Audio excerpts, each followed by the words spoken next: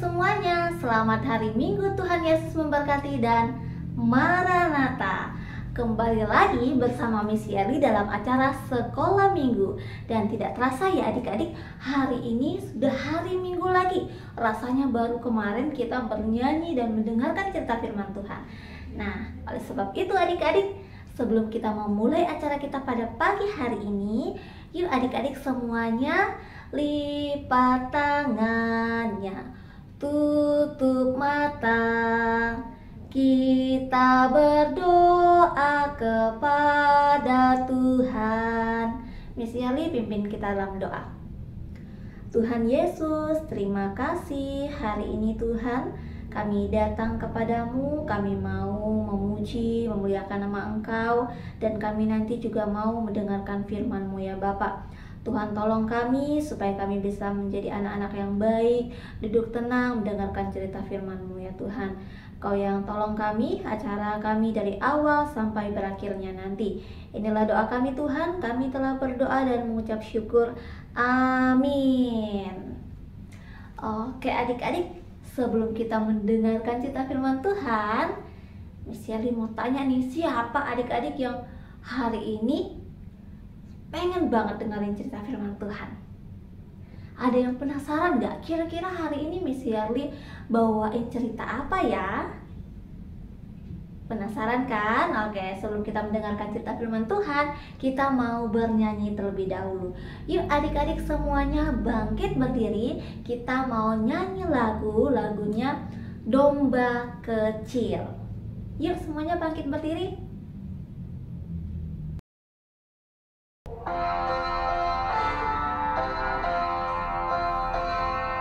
Domba kecil, hilang di atas gunung. Datanglah gembala, angkat domba kecil. Sekali lagi. Domba kecil, hilang di atas gunung. Datanglah gembala, angkat domba kecil.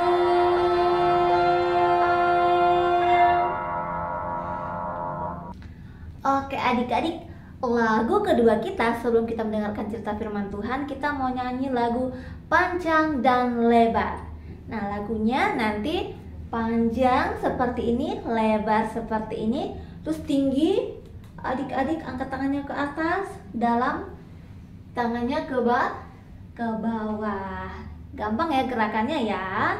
Oke, yuk adik-adik semuanya bangkit berdiri, kita mau nyanyi lagu Panjang dan Lebar.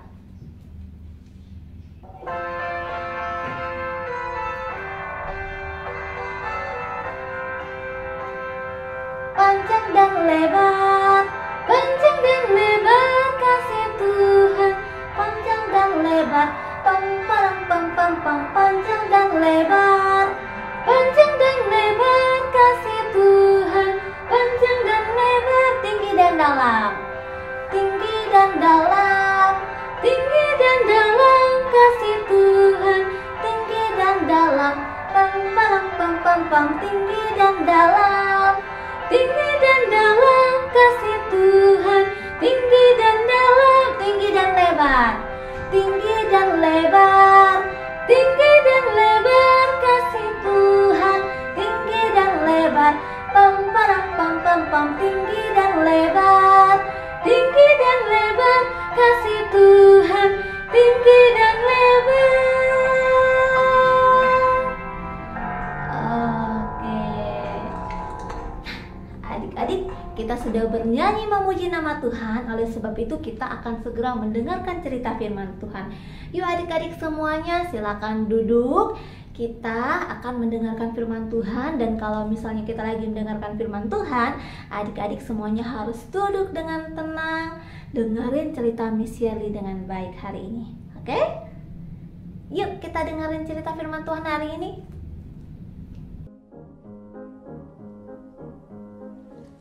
Halo, ini adalah Ruth. Halo.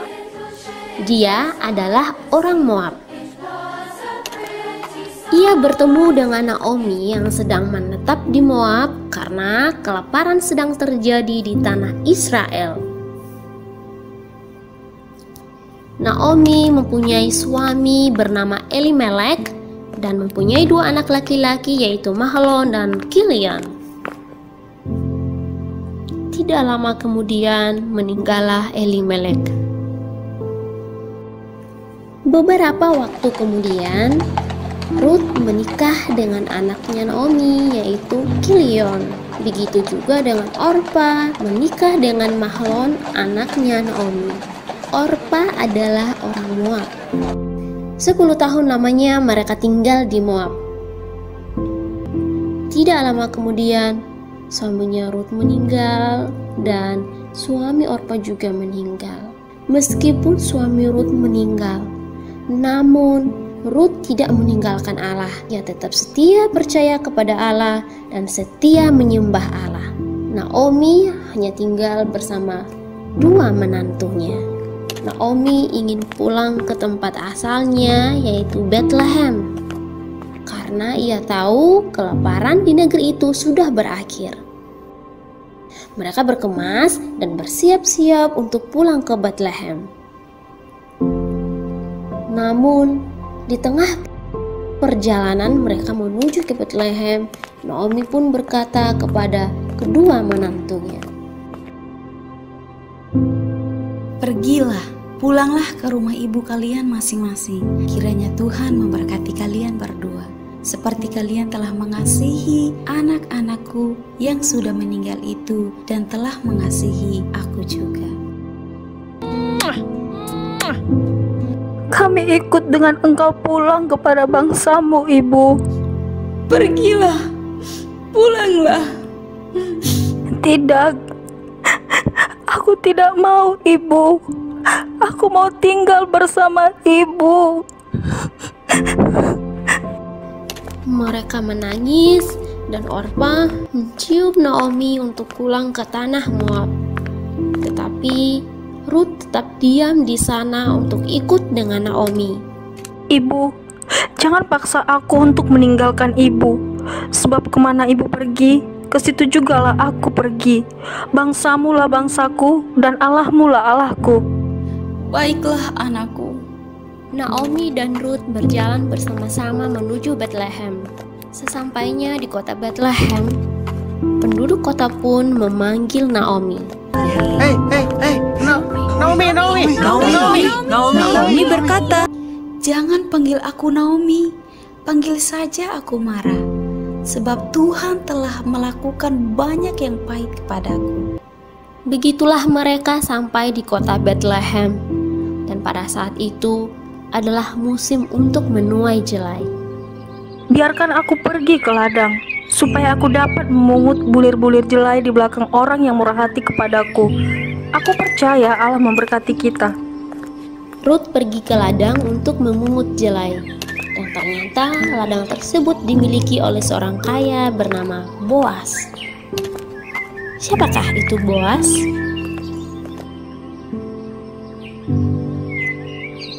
Sekarang Ruth sedang memungut jelai di ladang milik Boas. Tiba-tiba Boas datang dan bertanya kepada para penyambit itu, "Dari manakah perempuan ini?" "Dia adalah seorang perempuan Moab. Dia pulang bersama-sama dengan Naomi dari daerah Moab. Begitu ia datang, dia terus sibuk dari pagi sampai sekarang, dan ia tidak mau berhenti."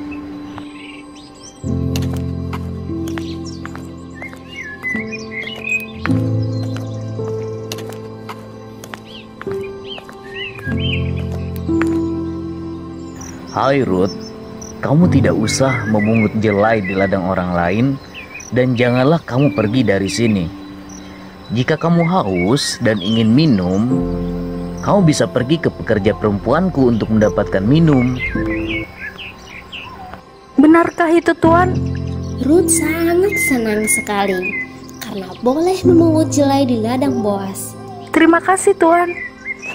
Dan ia ia tidak lupa juga bersyukur kepada Allah yang memberkatinya.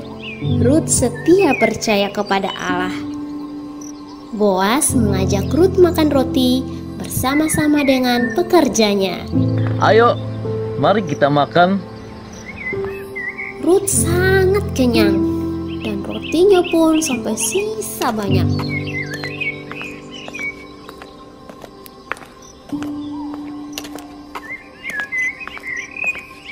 Di antara jelai-jelai tersebut, Rut boleh memungutnya dan jangan kalian ganggu dia. Tetapi kalian malah harus sengaja menjatuhkan sedikit-sedikit untuk dia pungut. Maka Rut memungut jelai sampai sore. Setelah itu, dia membawa semua jelai dan roti yang sisa kepada Naomi. Naomi pun bahagia karena banyak sekali jelai yang dibawa. Anakku, di manakah kamu bekerja memungut jelai tersebut? Aku bekerja memungut jelai di ladang Boas, Ibu. Mendengar nama Boas, Naomi pun bahagia karena Boas adalah kerabat dari Elimelek, yaitu suami dari Naomi yang telah meninggal. Boas pun berkata kepadaku untuk tetap memungut jelai di tempatnya dan semua pengerjanya akan menjaga aku, Ibu.